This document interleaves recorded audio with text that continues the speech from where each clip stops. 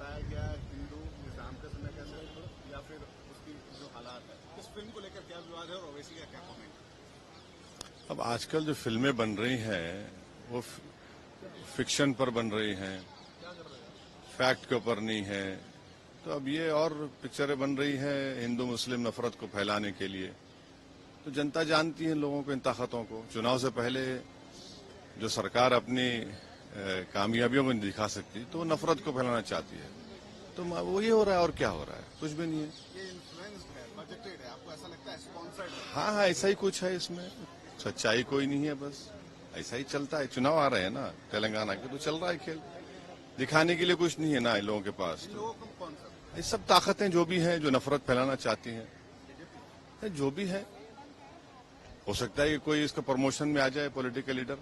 देखिए, असल तो एक्टर वो लोग हैं जो ये नफरत फैलाना चाहते हाँ हैं, हाँ, जो भी असल एक्टर तो वो है। हाँ एक लास्ट कमेंट है आपसे, कनाडा की सिचुएशन से बहुत ही खराब होती जा रही है। हाँ, तो हम चाहेंगे कि सरकार कल डिस्कशन करा दे जरा लोकसभा में, डिस्कशन हो जाए इसके ऊपर। बहुत अच्छा है, कल एक दिन आखिरी दिन है लोकसभा में, तो करवा दें डिस्कशन।